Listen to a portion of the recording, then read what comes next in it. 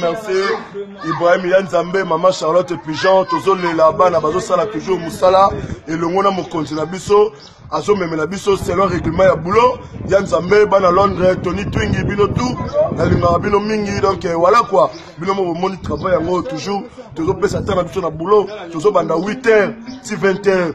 Donc des ablatés quoi. Et le Mona Chief Nabiso, chef d'orchestre, Pélangaï, hein, de Patra, Signora de Patra, Nevo Vazo Memela Makambu, Tony Twingi, Boro Sepela, Nancy Bozomo la voix des anges, Berbe Chance, Parolier Zopé, ça Banzembo, bien, Kilelo, hein, Kilelo, et puis Banzembo tout, c'est bon, Ibrahim Yanzambe, Yango, Bobo japonais, au porte-parole du chef, à Beta Bangon, à combat cash, Bakokate, et puis dans ces arts, Mpunga sur les allées, donc rien à dire quoi. Maman Charlotte Pigeon, Toroya Kaka, Toromonana, voilà, donc merci. Ciao, Bala Londres, Tony Twingi.